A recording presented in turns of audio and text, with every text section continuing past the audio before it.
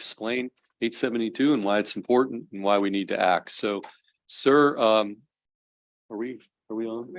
Okay. So tell us your name and then you just take the time. I think you're going to be the only witness here today. So take your time and explain House Bill 872. Okay. Okay. Thank you, Mr. Chair and members of the committee. My name is Ron Young and I'm with the Office of the Prince George's County Executive. And I will just read some brief remarks before opening up to any questions and then giving some brief background on the importance of this bill. But our office is supportive of this bill, which authorizes WSSC to enter into contracts with DC Water and Sewer Authority for the construction, maintenance, and operation of a water supply, sewer, or drainage system for certain limited property located within a regional transit district in Prince George's County. The details provided in the bill are very specific and are intended for a Southern Avenue Metro development project that is critical for Prince George's County's economic viability for this area. The development will consist of 900 plus residential units, approximately 20,000 square feet of grocery store space, approximately 10,000 square feet of retail space, and a student child care center. Southern Avenue is in the WSSC service area, but there are no WSSC water or sewer mains in the close geographical area.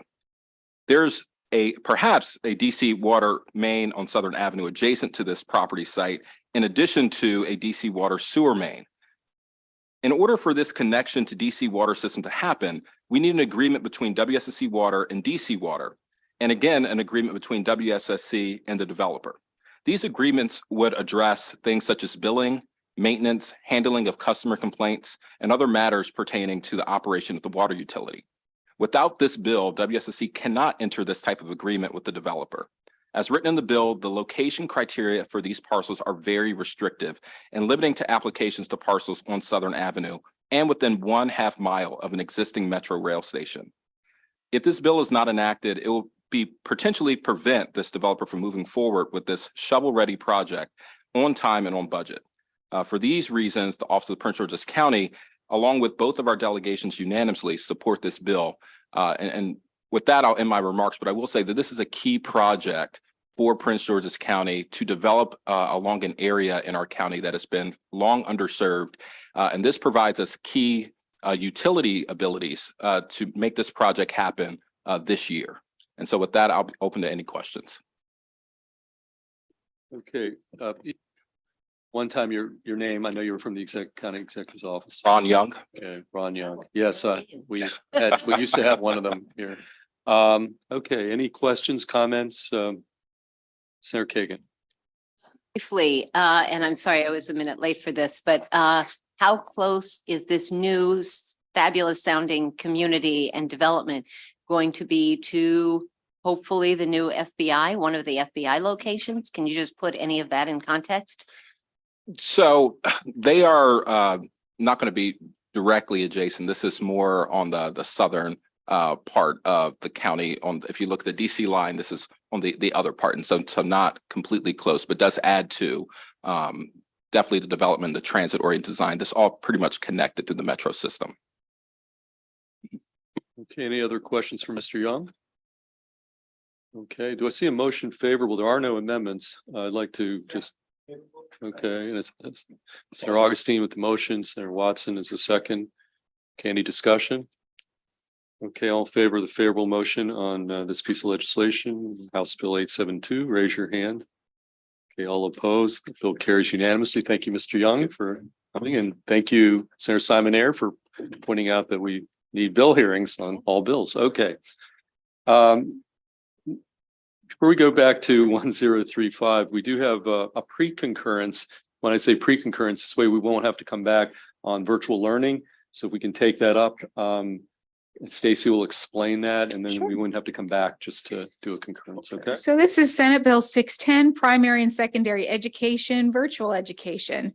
In general, Senate Bill 610 establishes requirements for virtual education for public schools in the state. This committee is well aware of this bill. The House amendments authorize negotiation and collective bargaining for specified items related to virtual education days. Those are the days that county boards can establish for snow days in lieu of certain snow days or for severe weather. It requires multiple county boards of education establishing a virtual school under an agreement to designate a lead county of the participating counties for specified purposes. And it authorizes a county board to appeal the denial or revocation of a virtual school through an appeals process that will be established by the State Board of Education. So the motion is to concur. Any discussion? Yes, Senator Washington. Concur. Okay, is there a second? Second from Senator Augustine. Okay, all in favor of the motion to concur, raise your hand. All opposed, that motion carries unanimously. Okay, next up, we have we're secondary on House Bill 378. You should have voting list 42 in front of you, one bill from Delegate Love. Again, we're second to B&T and they've just sent this down to us for us to take action. So April, why don't you refresh everybody's memory about what this bill does? All right, so this is House Bill 378, Natural Resources Black Bear Conflict Reduction and Damage Reimbursement Fund uses. We had the Senate cross-file of this bill, which was Senate Bill 310. It renames the Department of Natural Resources existing Black Bear Damage Reimbursement Fund and requires DNR to accept requests for grants from the fund for projects that reduce conflicts with humans and black bears through non-lethal methods. There are amendments from the Budget and Tax Committee in this bill packet. So these conform the bill to the bill as it passed the Senate by making the mandatory appropriation into a discretionary appropriation. However, there's one additional change. The bill as it came out of the Senate had renamed the fund to be the Conflict Mitigation and Reimbursement Fund and had talked about conflict mitigation as opposed to conflict reduction. This would turn that instead would be conflict prevention. I don't know why they keep messing with these terms, but the final version of this would be the Conflict Prevention and Mitigation Fund. It would talk about preventing damage from black bears rather than mitigating damage from black bears. Okay, so okay, what do we need to do here? So we need to adopt the amendments being offered by Budget and Tax. Okay, so we have B&T amendments. Any discussion about the B&T amendments? Is there a motion to adopt the B&T amendments? Yeah. Senator Kagan, is there a second? Second. Okay, Senator Watson. Okay, any discussion on the B&T amendments? All in favor of the B&T amendments? Raise your hand. All opposed? Got the bill as amended in front of us, 378. Discussion or motion? Motion favorable. Second, Senator Augustine. Discussion. House Bill 378 as amended is before us. All in favor of the favorable motion, raise your hand. All opposed. Okay, bill carries unanimously. We have the cross file of on the offshore. Wait, hold on. I'm sorry. Yes. And then really quickly, they've asked us to also pre-concur on Senate Bill 310 with House amendments, just conform the bill to what we just did on the House bill. Okay, so this is the cross file. Okay. Any motion to conform from Senator Gallion? Is there a second? Second, Senator Brooks. Okay, all in favor of the motion to conform so the two bills match up? Raise your hand. All opposed, that motion carries unanimously. Thank you.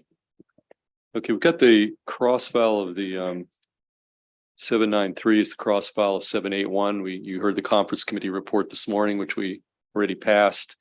So this is the House bill. And so I don't know that we need much explanation unless you want to add something beyond. Okay. Offshore wind energy state goals and procurements, just this is the House version. So they can, yeah. Okay, is there a motion? Do we have to, Alexis, do we have to, you can just be. Take a vote, maybe move favorable with the amendments that'll conform it to the Senate version through the conference committee. Okay, so this is a motion to conform this bill 793 to what we passed today on the floor in the conference committee report. So does everybody understand that? Okay, so let's just do one. We have a motion to do that. Is there a motion from Senator Hester? Or do you want to discuss anything? further? Well, I was gonna motion. I thought that there was one more pre-concurrence, but I wasn't sure Okay, on what bill? on Senate Bill 783. Okay, well, we can take, I don't, does anybody have, what's 783? That was my bill that dealt with the catalytic tax credit for state institutional properties. You mean from B&T? You mean, It I'm was, sorry. it was heard here and then it was second with BNT. The predisposition team. If not, maybe we do it later. Sure, but we need the paperwork or something here. We don't have it in front of us unless somebody, does anybody know what's Senate Bill 783? Who's got it? So it's my bill. I haven't seen the amendments yet. so She may not be ready to looking go. for- so- Okay, that's fine, as long as it doesn't get Yeah, lost. okay. So then I would move favorable then on the, Okay, on the, On the wind to bill. conform Correct, yeah.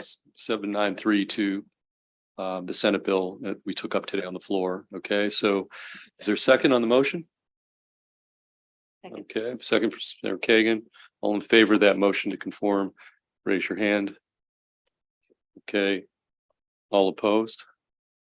Okay, the motion to conform passes, and we have to, okay, I think that's really the most part. We don't have to do any other vote on this. What's that? Okay.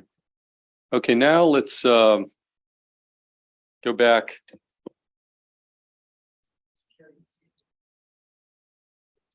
Let's do, you're right. Okay, so we conformed the two bills by way of amendment.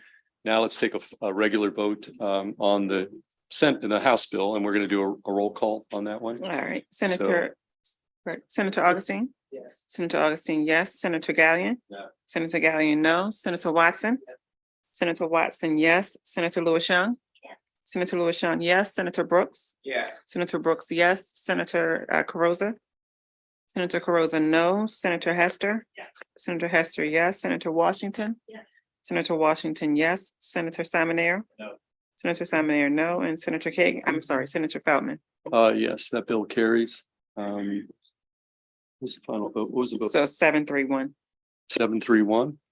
Okay, we have back to you, Alexis, on 848. There's a pre-concurrence on 848. Does that ring a bell? Yeah, so Senate Bill 848 is a statewide rental assistance voucher program establishment. If you recall, this created a mandatory appropriation of $15 million for the following 3 years for funds to supplement federal rental assistance vouchers. There was a prioritization scheme that happened whereby children, veterans, disabled individuals were able to access the funds, and we made conforming changes for the most part with federal funds through the federal rental assistance voucher program. So from the House in this pre-concurrence, the issue was on a reduction in the mandatory appropriation from $15 million to $10 million and prioritization for foster children and children. So as amended in the House, the preference ages are now a child who is under the age of 18. The version that we passed was a priority for a child under the age of 16. Under the version from the House, a foster child, the definition of a foster child is modified for children who were individuals who are at least 18, but not older than 24. The version that we passed incorporated foster children who were under 18. Okay, this is the crossfile of the Gazzoni bill. Was the Gazzoni bill? Right. Okay, any questions for Alexis on this concurrence, potential motion to concur? Okay, is there a motion to concur? Okay, Senator Kagan, is there a second? Senator Brooks, discussion? All in favor of the motion to a motion to concur, so we don't have to come back and do this again. All in favor, raise your hand. All opposed? Okay, that motion carries unanimously. Okay, now, anything else, any on the concurrence side of things before we go back to 1035? Okay, I think what, where we left things, I think there was just a lot of back and forth on sort of the mechanism by which the unamortized balance gets paid off and recovery of the dollars that have been fronted by the utilities and all the rest. So can we just, was hoping it's Lisa or Yes, Ms. Knoll and maybe Office of People's Counsel. First and foremost, I would just want to get on the table so that you could articulate, just for my edification for the committee, just explain exactly cost recovery mechanism that the Public Service Commission set forth in their December order, how things were before, what was changed by that order, and then in front of us, what this House version of that same set of provisions does. And so everybody has an understanding of where we were, what the PSC did in December, and what this bill attempts to do. I think that's an important threshold issue here. So Molly, why don't you start, and Mr. Lapp, you can weigh in as well. So Ms. Knoll, why don't you, as best you can, explain to a bunch of laymen what all this means, okay? Certainly. Thank you, Chairman. The Empower surcharge collects the cost of each year on a rolling 5-year basis. So much like Senator Brooks mentioned, it's a rolling 5-year mortgage. So year 1 is collected 20% each of the next 5 years. Year 2, 20% each of the next 5 years. That's how we've accrued the $800 million balance. The commission determined last year that this balance needed to get paid down. And so the commission determined that we would go to a full expensing model, and that the balance would be paid off by 2029, and that full expensings would begin by 2027. What this bill does is effectively codify that order. Expensing will begin 2027, and instead of paying it down by 2029, the bill makes the pay down by 2031. Otherwise, what the bill does in cost recovery is very much the same as what the commission ordered. The only additional wrinkle, if I may, is the bill has determined that the utilities will be paid their outstanding cost of debt, as opposed to what the commission has historically allowed, which is the cost of debt mixed with the cost of equity in accordance with how the utilities are funding the programs. Okay, so what are the ramifications just of that, so that folks understand? I threw out some numbers this morning, which I'm not even sure, 8 or 9% return to 4%. I don't want to misstate anything, but just again, to that second issue. I will go as layman as I can. The utilities carry approximately half their balance sheet in debt and half in equity. Debt is often in the 9.5 range, equity is often in the 9.5 range, and debt is usually in the 4 to 5% range. When you average the two, you get to 7.5. So right now, when you average them based on the existing profiles of the utilities, we pay about 7.5%. Under this bill, we would go down to paying about 5%. With an $800 million balance, that's a significant amount of money each year that we pay in interest. And leading up to the order, were there proceedings, evidentiary hearings? I know that when I looked at the order, there were various proposals by all the different utilities, and the Public Service Commission vetted all of them, I guess, through staff, and came to conclusions on all the proposals and came out with the order. Just so, again, so everybody understands, I mean, that was a fairly lengthy process. Yes, the Okay. commission's been concerned about this unamortized balance for several years. Last year, the commission determined we will be paying it down. We required the utilities to file proposals to do that. We looked at the bill impacts, the timeframes, the different methodologies, and then the commission issued an order at the end of last year about how the commission plans to pay it down. Hey, Ms. And that was a yeah. utility proposal that was adopted. And the idea is pay as you go. It's a pay as you go model. David, did you want to? Yeah, David, Mr. Lapp, feel free to, give your own perspective on the sequence here and anything. Well, I generally agree with everything that was just said. The unamortized balance is something that OPC has been concerned about and has been advocating to be dealt with for a long time. It's not a great situation. There are some rate impacts related to paying it down in the short term, but over the long term, this is a substantial savings to customers to do that. The order in December requiring expensing going forward, it was a utility proposal that the commission adopted. And the commission said that the opposition from the Exelon utilities, that their alternative the commission described it as would cause a dramatic increase in rates, and it would also reduce transparency, because the utilities were proposing, or the Exelon utilities were proposing, to remove the costs out of the surcharge and put them into base rates. Okay, and so now we have a bill that's in effect kind of revisiting this and adding 2 years beyond 2029 to the 2031 date. So what are the implications of what's in front of us in this House bill and pro or con, or why do we need to do it if the PSC's already stepped in on this front? So the extension from 2029 to 2031 will reduce the surcharge impact because it extends the amortization a little bit longer. And the removal of the equity portion of the utilities return will save about 2.5% to 3% on that 800 million every year. And just to clarify, the reason that the order mentioned the 2029, that was a legislative, that was a statutory provision. So this, with the legislature speaking, extending it out, providing clarity, pushing it out to 2031, like Molly said, it will just flatten that impact per month. Okay, Mr. Lapp, do you want to add? And then also there is this legal question that, you know, we got some guidance from the Attorney General. The utilities obviously clearly have a different view on the legality of later going back and revisiting that. Anybody, I know we don't have the AG's office here, but Mr. Lapp, anything you want to add? Used to be in the Attorney General's office, I know that, but.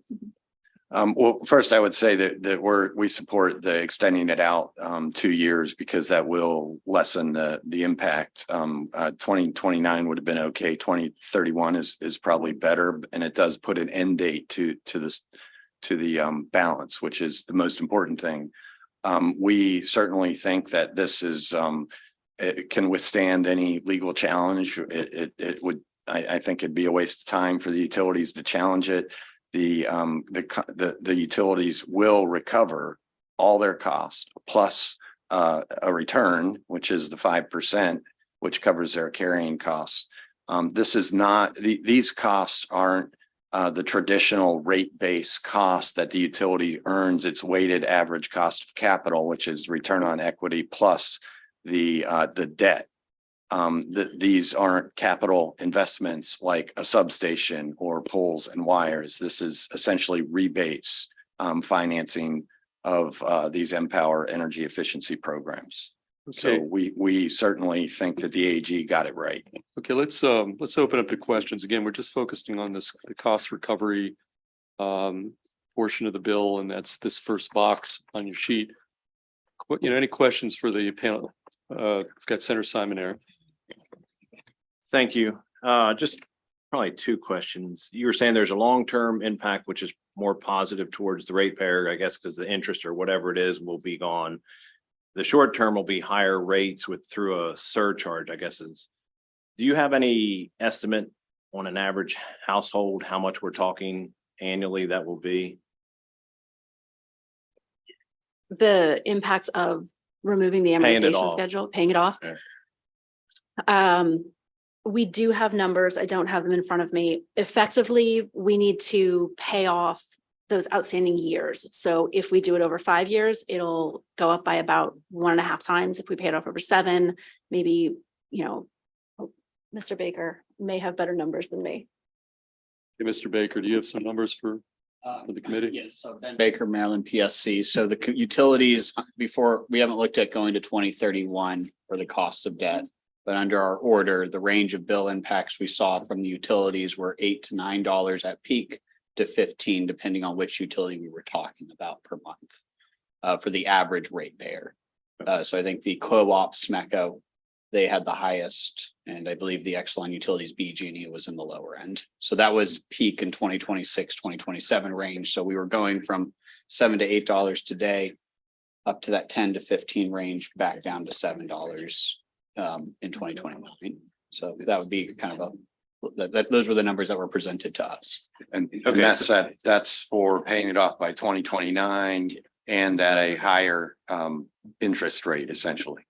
Right, so that if we expand, it'll be lower monthly, but longer duration, Correct. paying it back. Correct. So that would, Senator, that would reduce the impact. Ben was speaking of the total amount that would reduce the impact by about $1 to $2 if it's extended out by 2 years. So if for example, we say it's a $4 impact, you can take off $1 to $2. So it'd be $2 to $3 So impact. what I heard was $8 to $15 a month on the earlier date and a little lower if we extend it 2 more years. Okay, and That's then the total. And to be clear, if this is not taken care of, ratepayers are now paying about $60 million a year under the status quo. and So- what's that relate per household when you say 60 million? How much is that a month? Just so apples and apples. There's approximately 3 million meters in the state-ish. So you just have to do the divisions, probably $10 a year. Okay, and then last question. I didn't sit on finance, so the history of this $800 million or so debt that's non-amortized, that came from rebates from Empower? I mean, how did we get to this point? Certainly. So in 2008, when the programs were enacted, the commission looked at the cost of the programs and said, these programs are going to pay benefits for longer than just this year. And so we're going to match up the recovery of the costs with when the benefits begin accruing. So in the first 2 or 3 years of the programs, they were not all that successful. They weren't all that large. They weren't reaching that many customers, and people weren't seeing the energy efficiency savings yet. So they amortized over 5 years to allow the customers who paid for the programs to be the ones that were starting to realize the benefits of the programs. That amortization schedule simply remained. So while 2008 is long since paid off, the structure that was set up has remained in place. In recent years, it hasn't gone up the way it did in earlier years. And so more or less, it's sort of like, maintaining a credit card balance and just making the interest payment year after year. So there's not a benefit in terms of amortizing those costs over 5 years, because essentially 20% is put in and 20% is taken out. Is non-amortized balances? Correct. That's what full expensing by 2027 means. Yeah. Beginning in 2027, there will be no costs that get pushed forward. They will be recovered concurrently with the programs. And Senator, that's the case, the status quo with commission order, or if the version of the bill passes as it came from them. Last thing, would I be correct in the assumption that the surcharge would go up also then because it's recovering all the cost? If the cost of the program goes up, yes, the surcharge will go up, but because we would no longer be paying the interest, there's some wiggle room in how much the program costs can go up without having a surcharge impact. Okay, Senator Watson. Okay, thank you, Mr. Chair, and thank all of you, especially our friend back there who took the time we went through the entire bill today. So I understand going forward, everything's going to be pay-go. So right now, with the piece that looks to be in contentions, I heard 2 numbers mentioned. I heard a average 7.5% return that the utilities kind of currently get.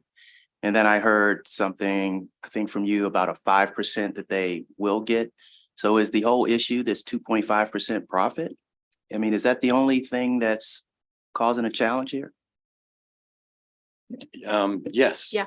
That's it. And to be clear, the cost of debt, in rate cases, we litigate over the return on equity. The higher number, the 9.5, that's a litigated number. We debate it. We fight about it. We take a position, all the parties do, but the cost of debt is a fixed number. It's not a debated number. I got it. So the way I got it clear in my mind, I kind of looked at this back in 2008 when we had everybody getting a mortgage refinance, right? Chunk of the principal was lopped off. I'm sure the mortgage companies were absolutely furious, but it was an important time, an important decision that had to be made. So as we switch from energy efficiency more to greenhouse, we want to make as whole as we can, hence the 5%, I hear you saying, with the utilities companies, but then put something in place so we don't have to revisit this again, but we can move as a state towards greenhouse emissions reduction. Is that a fair statement? Yes, So- yes, it is. And one other point about that 5%, the way this language is drafted, the language can, if the utilities cost of debt changes, then that recovery also changes. So it's not a fixed number in time. It's whatever that cost is for the utility And so until it's paid off. And then right. it's And in, so and then it is. just for my own edification, is there a way you can quantify what the 2.5% delta is from the utilities perspective? How much money do they believe that they're losing? And would that result in a loss of jobs and those types of impacts? So I can confidently say I do not believe it will result in the loss of jobs. This is shareholder return. is what we talk about when we talk about the cost of equity. Okay, And if you wanted round numbers, you're talking 2 to 3% of 800 million. So okay, it's a lot. okay, thank you. Okay, just on the transition to greenhouse gas emission reductions away from energy.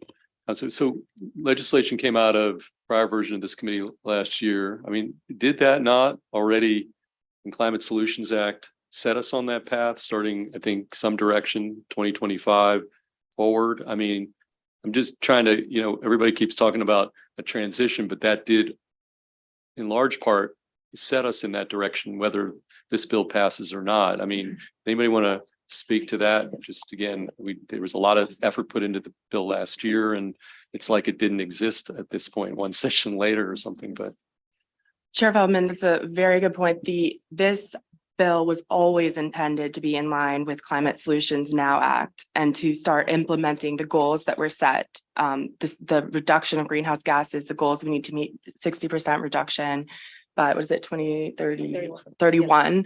So there, over the last 2 years, actually, the stakeholder work group had worked on this proposal to move to a greenhouse gas reduction model. So the PSC had actually put in testimony last year because the Climate Solutions Now Act Empower provisions specifically spoke to increasing the electricity reductions, which would actually be in conflict with the greenhouse gas reductions and moving towards electrification. And I think we were told at that time, well, it's just to have something in place. We'll address the greenhouse gas proposal next year. So that would be now. So we brought the proposal forward that the work group recommended to bring all the money we're spending on Empower from ratepayers to get us towards those Climate Solutions Now goals. So it's supposed to be exactly in tandem with that legislation. Okay, any other questions for this panel? Okay, what I like to do, because I really want to get a feel from the committee on there's other issues here. And by the way, there are amendments. People are still sending in amendments to council that is being drafted by the amendment office. So again, I think I said this morning. I'm going to say it again. It's unfortunate we're here on the last day. This is the first day we could take it up because we didn't actually have the bill in our possession until Friday. That said, Senator Brooks. Yes, this is for Mr. Lapp, and I see what you're saying. In other words, we're dealing with the amortized portion of this, and we're also going to be dealing with the pay-go.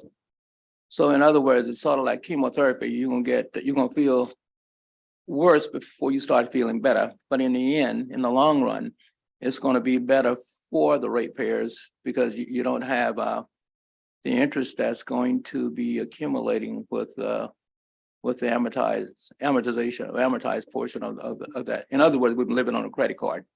What you're saying. Yeah, that's correct. But to be clear, this bill doesn't change any of that because there's already an energy savings target in the Empower statute currently. Mhm. And so we're just turning that into a greenhouse gas reductions target. That makes sense because electrification is the lowest cost path for residential customers at least. And as you electrify, you increase energy consumption, which makes it hard to meet an energy savings goal. So that's why you have a greenhouse gas reduction goal. Mhm. And the treatment of the unamortized balance is already in place with a commission decision. And that is a smart decision for consumers. So this bill itself doesn't, in fact, it works the opposite. It reduces costs for Cost, right. customers and ensures that those commission orders that do reduce cost for customers remain in place. Mhm. And like the Exelon utilities are before the commission challenging those decisions that are great for ratepayers. Mhm. Yeah, well, yeah, in the long run, yeah, it will reduce costs, but right now, we're gonna have to deal with that amortization part. And then we are going to be getting the pay-go as well. So even once we start pay-go, that amortized portion of those 5 years, that's still gonna be there. We're still gonna see it on the bill, won't we? Well, until it's paid off. Until it's paid off, But yes. again, that's not from 1035. That's already in place as a result of the commission's order from December. Okay, all right, okay, thanks, Chair. Okay, Alexis, let's just go through some of the other issues that have, again, we've got amendments flying into the committee as we speak, but the second on the member, so the committee, if you go down, This 1.8% greenhouse gas reduction based on 2020 baseline is in the House amendments, and there are amendments from various agencies. Could you describe that, explain what that's all about?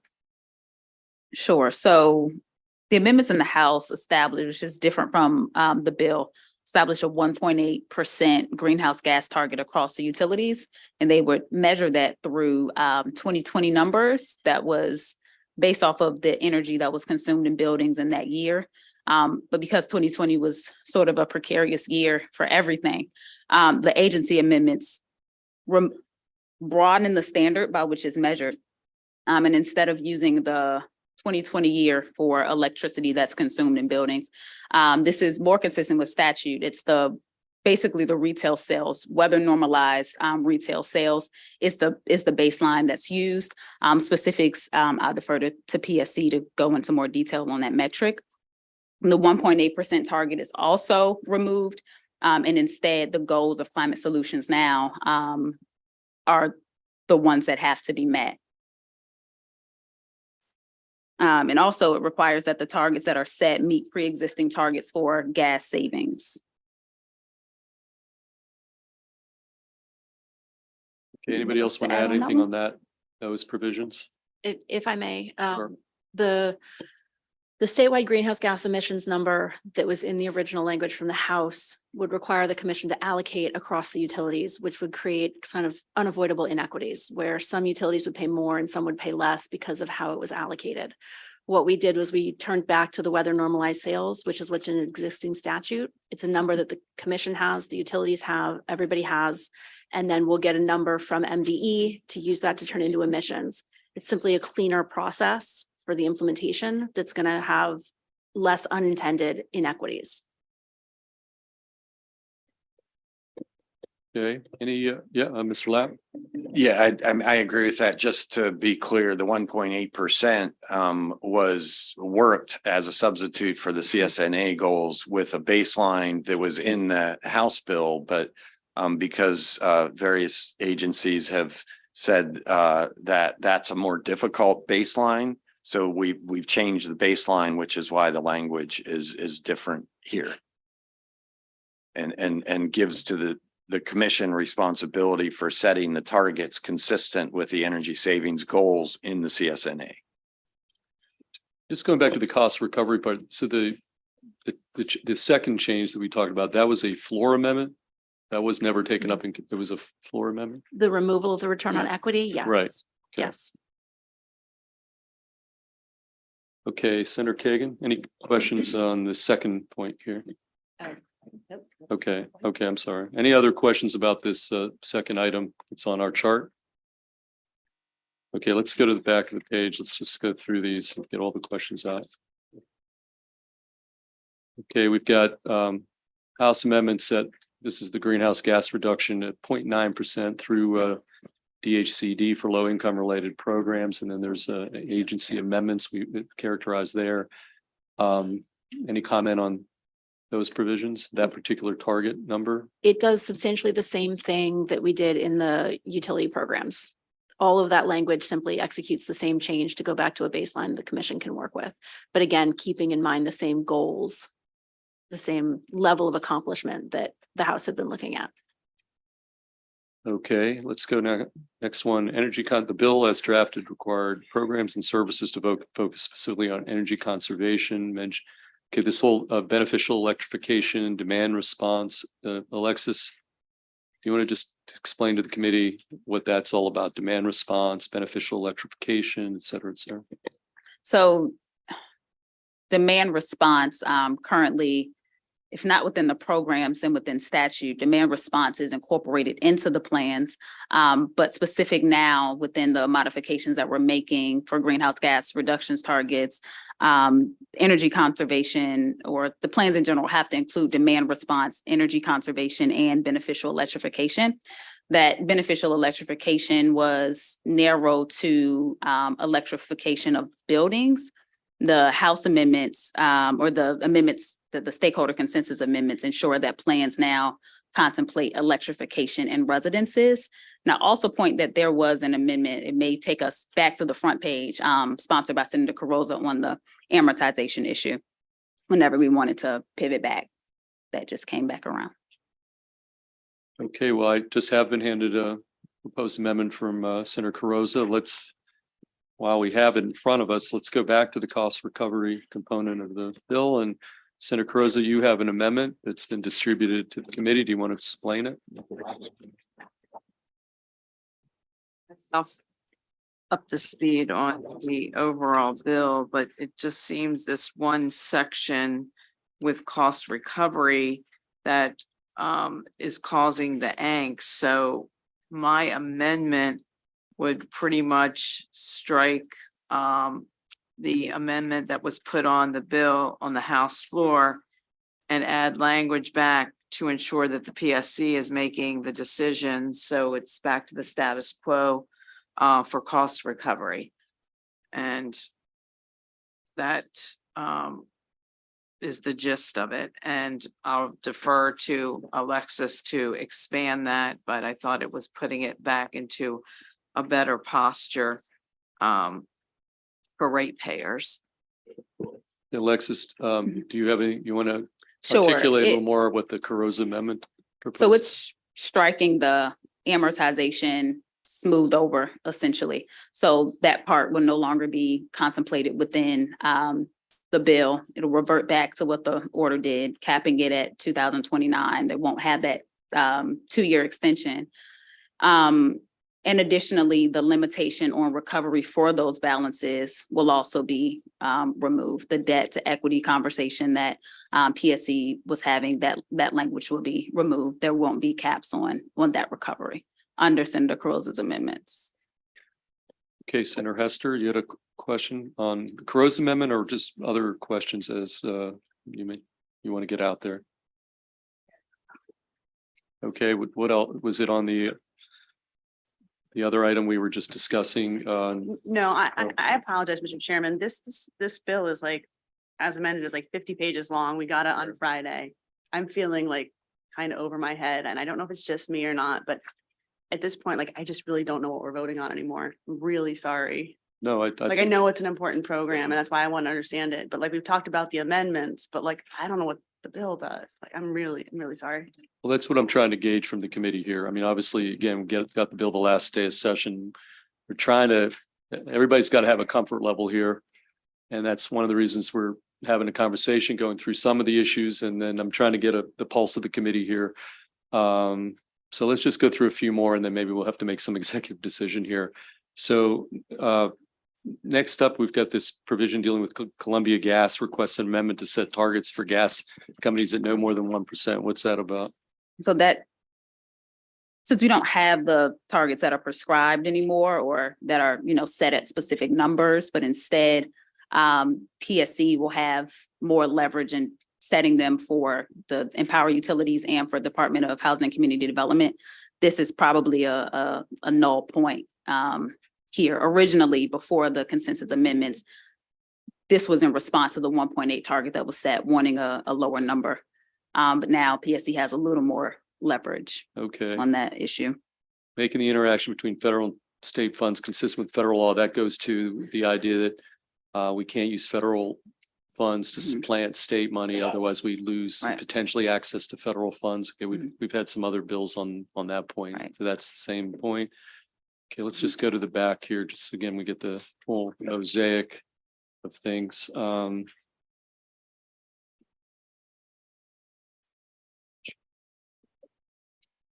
Okay, the demand response program, I think I see there's amendments that have been proposed by Senator Washington.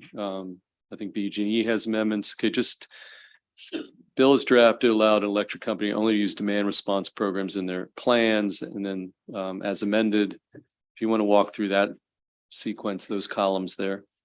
So the bill as amended will allow retail suppliers and third parties to essentially use any type of demand and response programs in the furtherance of a utility company's meeting of those particular targets. So originally electric companies were the only ones that were included within demand response, which is a part of the plans that have to be submitted for approval and furtherance of the goals.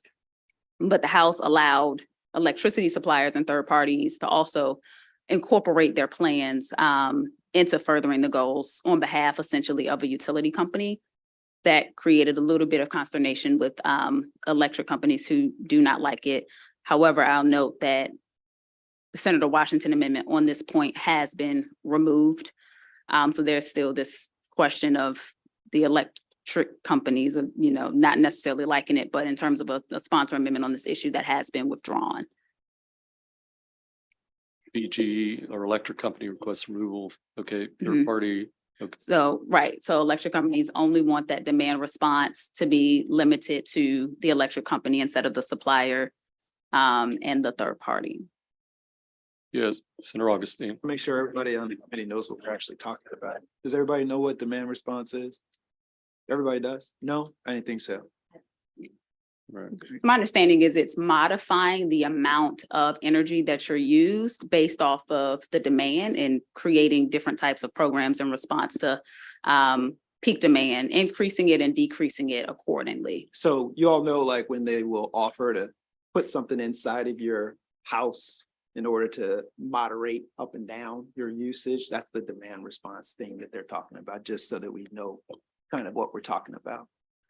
Senator Washington, yes. I think there are other issues, at hand in the legislation that we could take this up again with other disclosures.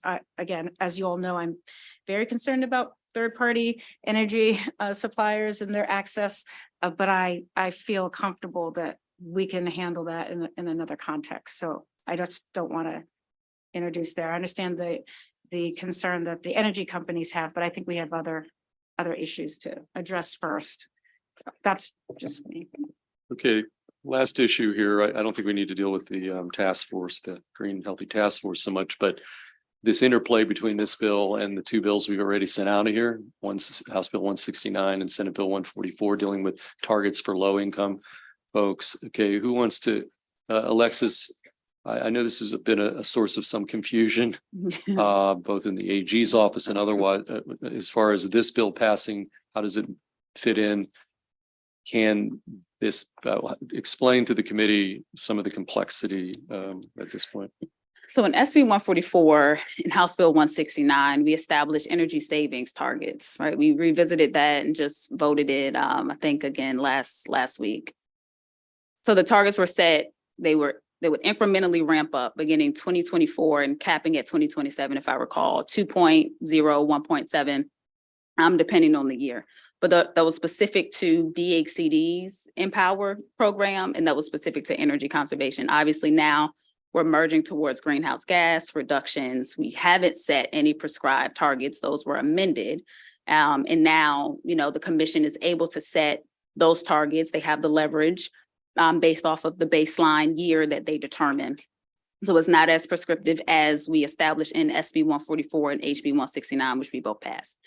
The conflict, of course, is that it may be cost prohibitive to enact both because DHC will be looking at different targets. They'll be looking at energy savings targets and greenhouse gas reductions targets, even though they're not prescribed within this bill as amended. So the question has come up from a drafting perspective and from a policy perspective, and even from a legal perspective on how to deal with these three bills in tandem.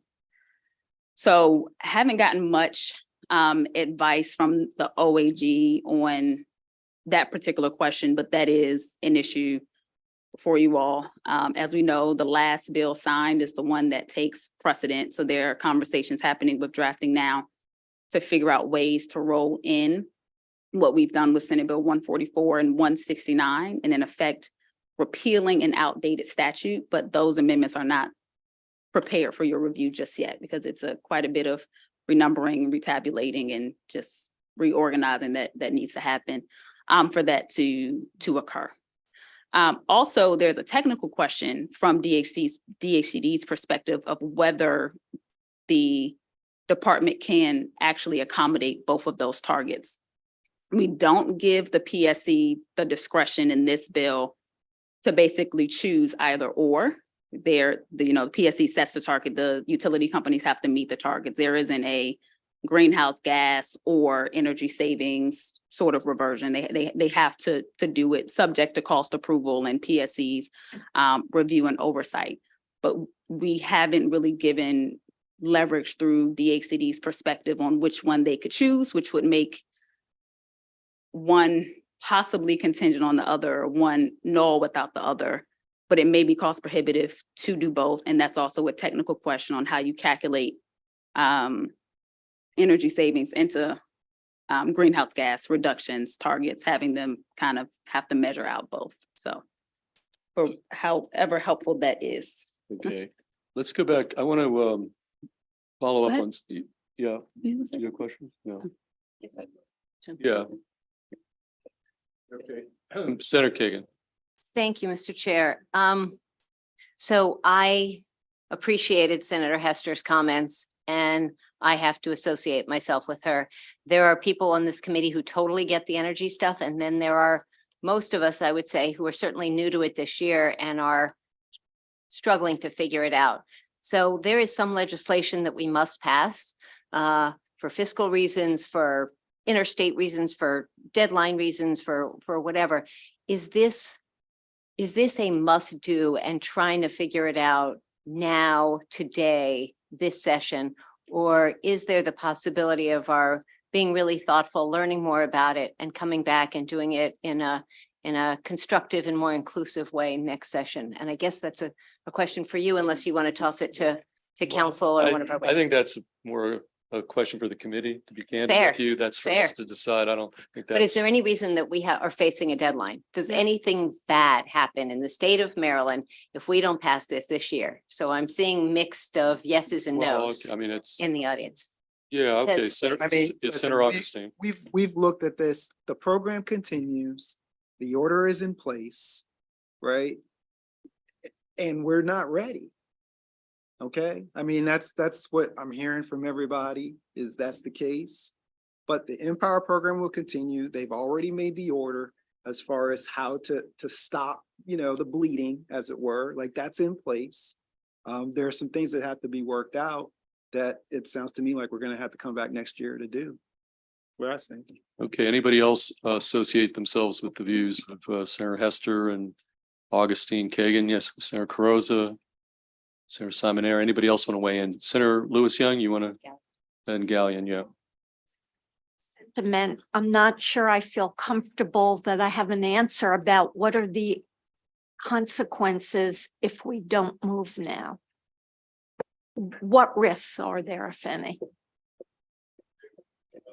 Okay, well, Senator Gallion, before we try to address that, Senator Gallion? Okay. Well, I'm reluctant to just put that out there for people to witnesses to kind of weigh in, because everybody's got their own perspective. I'm mostly interested in where the committee is as opposed to people's perspective on that. Unless somebody wants to direct that question to somebody specific, I'm kind of reluctant to open up the Pandora's box on that. So, I'm reluctant to say this and do this. I know a lot of work went into this bill, but the time clock really did not work in favor of the Senate, the Education, Energy, Environment Committee on this one. And a lot of time went into the PSC order. You all had meetings and discussions and technical staff to work on that order. And so we're being asked here in one day to kind of supersede that without fully, I think, appreciating or understanding what the implications of that is. We don't have that benefit. And so we did have the Climate Solutions Act. I understand that it contemplated this kind of conversation, but at the end of the day, for whatever reason, I don't think one day is sufficient. It feels sloppy and unprofessional, just kind of wing it. And so I think it's unlikely. I don't think the committee as a whole feels comfortable just winging it and just taking up all these amendments. And as I say, we have amendments. Senator Carozza just floated amendment 5 minutes ago. I don't know where it came from. I'm not sure. We can't operate like that on such an important bill. So, members, I think we've vetted this. I think this is a conversation we're going to have in the next session. We do have a PSC order in place. We understand that we're going to have to address this transition from electricity savings consumption to greenhouse gas emission reductions and decarbonization. That's clearly going to be at the top of the food chain. With a bill introduced early, maybe pre-filed, and we can have hearings in this committee in February, not on April the 10th. But that's sort of, I think, where the committee is best I can tell from the committee. Yeah, so again, I know a lot of work went into this, but I think that's we're not going to be taking this up for a vote and all the multiple amendments that have been proffered to date. Okay. So with that, folks, I think that's we're going to complete our work for the day. We have to be back on the floor in 1 hour. So meeting's hereby adjourned.